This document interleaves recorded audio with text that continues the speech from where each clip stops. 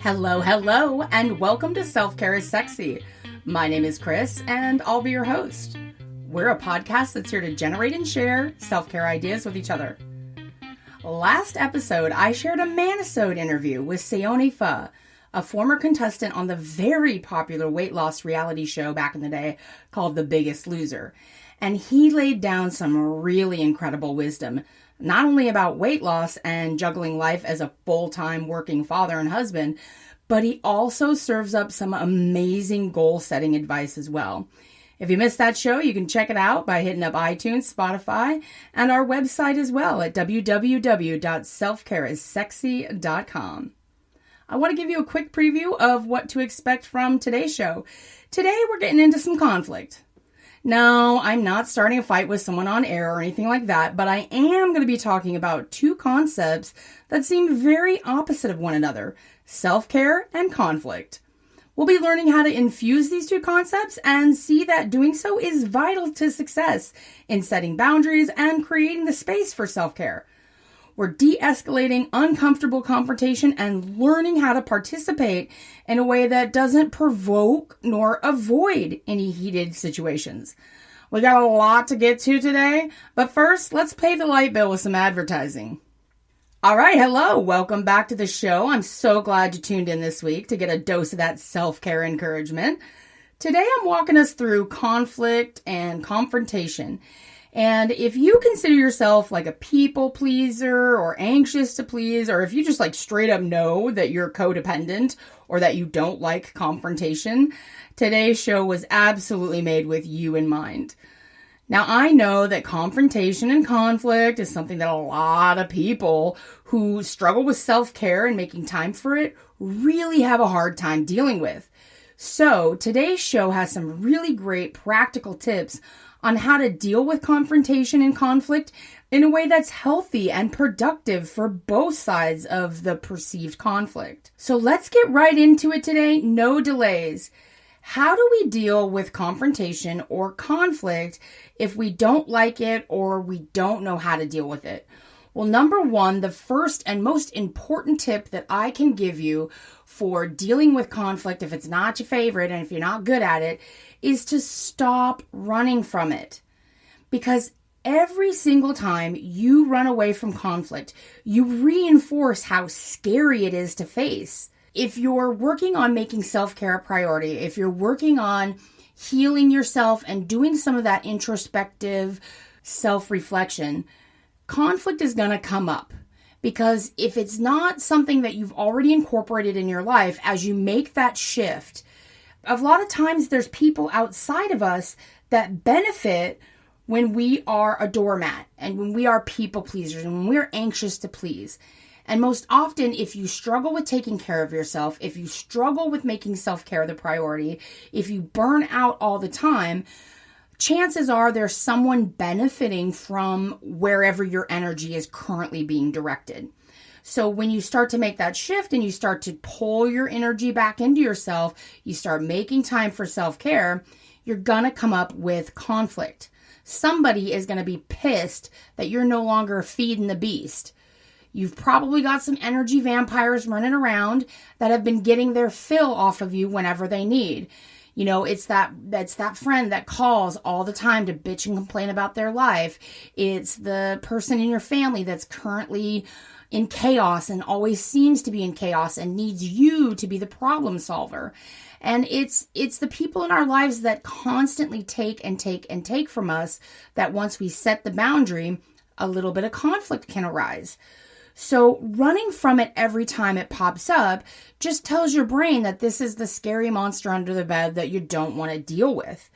What we're going to try to do is instead be like a bull, be very strong and run right towards the conflict. Stop avoiding it. Even if you don't know how to deal with conflict, even if you haven't got a real great toolkit, I'm going to give you some tips and tricks on how to deal with it.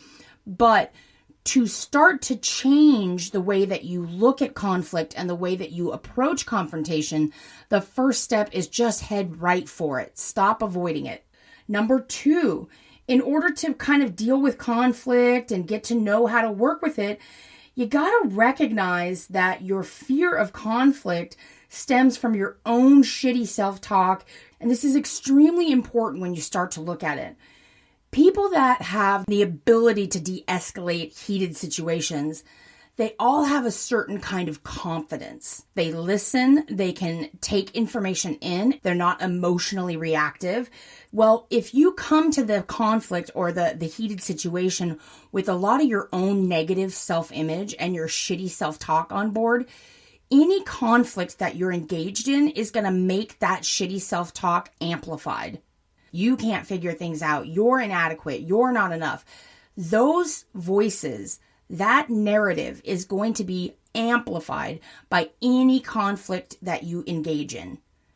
And the only way to get really good at conflict is just recognizing, just looking at that fear and saying, oh, there it is.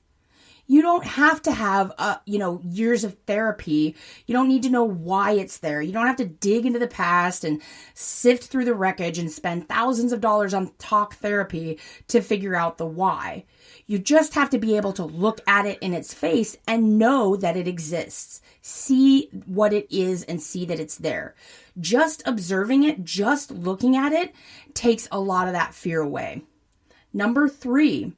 Whenever you're engaged in any kind of heated conversation, any kind of conflict, any kind of fight or perceived agitation, it's very important to use small, direct sentences. Really try to avoid the language of like, I feel, or when you do this. When we're in conflict, if productive resolution really is our aim, and sidebar, that's not always the aim of conflict, but when it is our aim of conflict, then dumbing down the language, bringing it down to a simpler, easier to understand communicative style is going to always bode better than over-explaining yourself.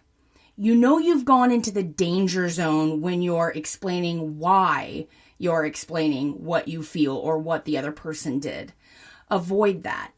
And also be aware in this same tip and trick that if the person that you're engaging in this heated conversation with or this perceived conflict or an argument or something like that, even if it's someone you love very much, try as hard as you can to disassociate from what they're saying and be able to really tease out and pick out what's the point. In good, productive conflict, it should be very obvious what's the problem, what caused it, what's my part, and what are some solutions. Should be that simple, and it should be able to, you should be able to identify that in any conflict. And bringing yourself down to a space where you're focused on the data of the conversation and you're focused on that sort of observational view of what's going on will take you out of those really high intense emotions that are going to amplify the conflict and make it more destructive. Number 4, have your own back. Anytime you're getting into a conflict or you know that a challenging conversation needs to take place, this kind of goes back to the negative self-talk that comes into the conflict with you.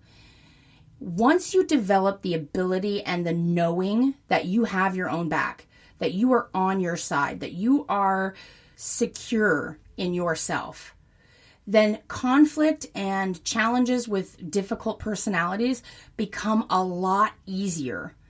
Because when they're spitting venom at you and they're trying to make you feel bad or they're saying these really incredibly negative things about you, they're attacking your personality. We're no longer talking about what the actual conflict is, but now we're getting into these attacks. Well, if you have your own back and you're solid in your center and your core, those attacks bounce off you and the person doesn't get the kind of reaction that they want. And so it makes you a lot more impervious to their bullshit. So practice that. Practice having your own back. And what does that look like? How do we do that, Chris? You say it all the time. I don't know what that means. I have a podcast about having your own back. It's coming up in a few episodes.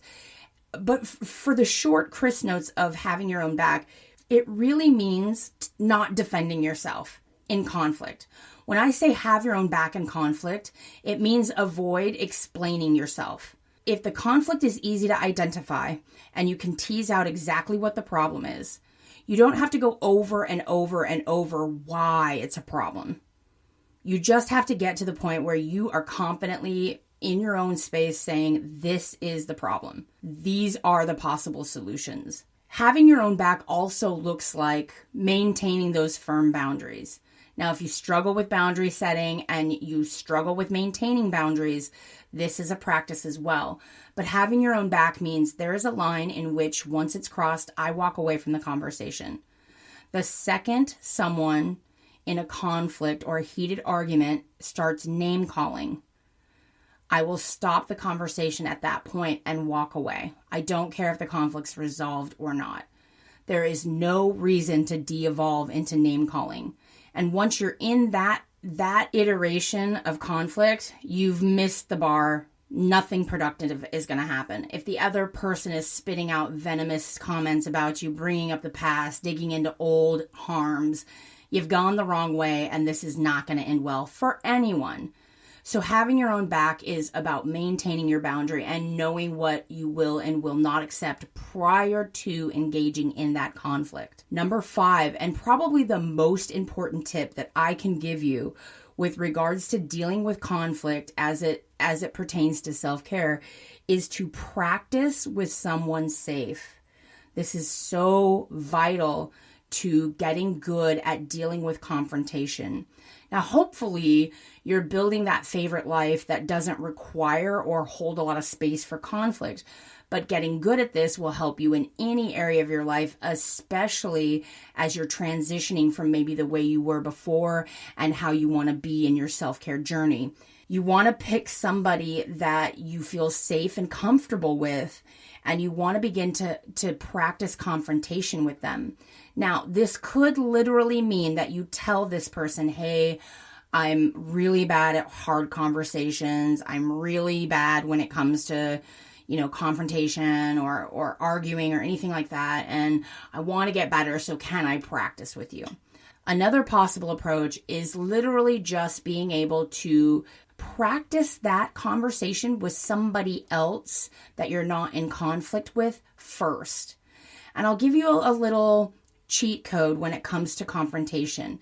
If you are a people pleaser, if you're codependent, if you have a lot of self-worth issues or deal with a lot of anxious to please feelings, the best way and the best practical advice that I can give you when it comes to conflict resolution and having difficult conversations is to simply say, I'm not available to do X, Y, and Z, whatever the thing is, whatever boundary you're trying to set, and then pause.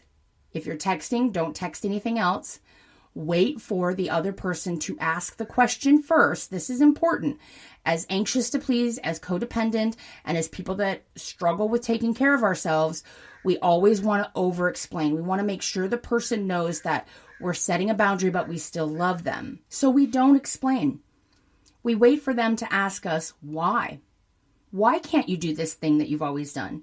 Now that why may come muddled in a lot of other talk and communication and language, but wait for the why. And when the explanation is required or is asked for, you make the decision, do I want to answer that or not? And if you do, the only defensible answer in any situation is, I don't want to.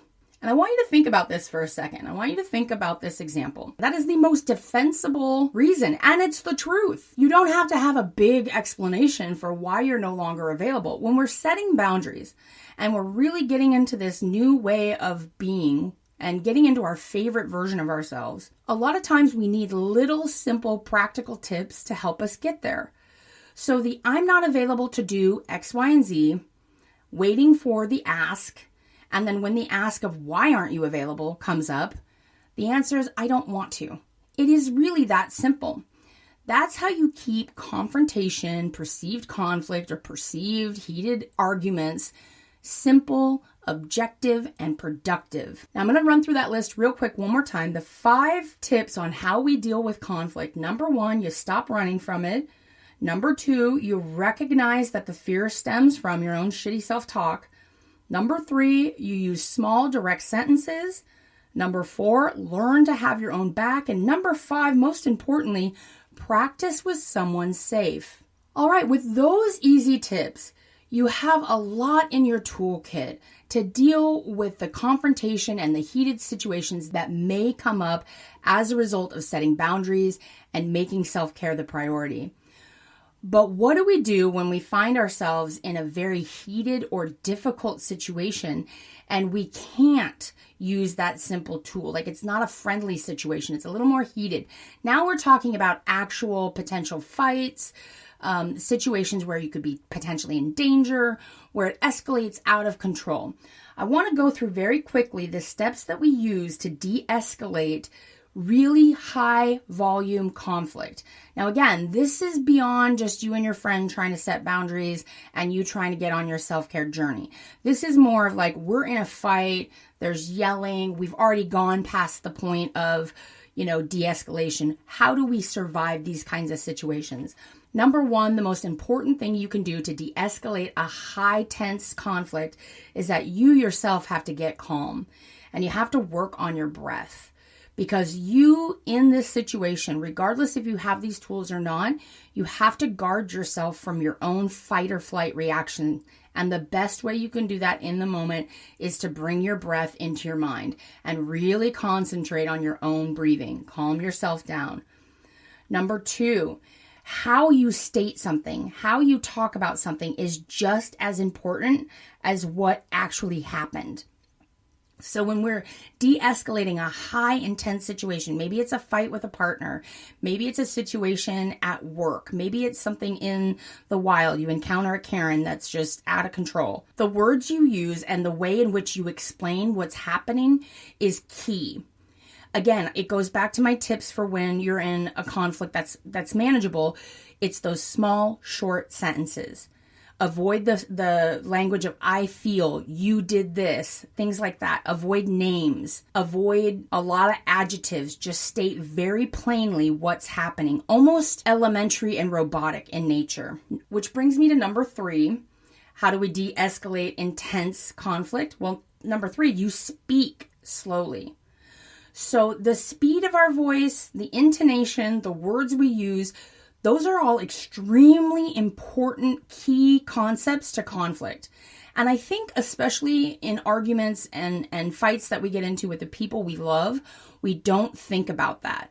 We're listening to the other person and we're kind of waiting to add our 2 cents or make them understand our point. And we don't think enough about how we're saying what we're saying. You can really de-escalate a high intense situation. And I'm talking like a person with weapons. You have the control by bringing the speech down, bringing the speed of what's being said down, like really, really setting the tone and bringing it down, because speaking slowly automatically gets everyone to respond at your pace. And we're trying to bring that temperature down. Number 4, use a slow, low pitch and volume. It seems counterintuitive, but when you're engaged in an argument or there's a heated situation or even violence, speaking quietly and speaking in a low tone can literally change the entire environment. I've seen this. Really good bouncers at clubs do this all the time. They know that there's loud music. They know that there's alcohol involved. They're very good at de-escalating intense situations by speaking very quietly and very low, because everyone in the situation has to kind of stop for a second and listen into what the person of authority or the person intervening is saying. And it just kind of gives everyone a sort of a downgrade. Number 5, use moderate eye contact, but no staring or eye rolling. Now, I'm going to be 100% transparent with y'all.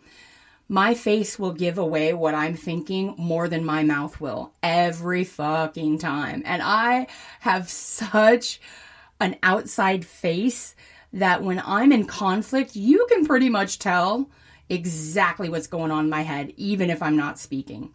This gets me in trouble a lot. And if we've met in person, I'm super expressive. I have got some hilarious facial reactions to things. You can check out some of my videos on Facebook and YouTube, but for the most part, if you can control it, which again, some of us can't, like, it's just a part of who I am. I have tried, believe me, I've tried to like have that monotone face in arguments or in intense situations. I just can't maintain it.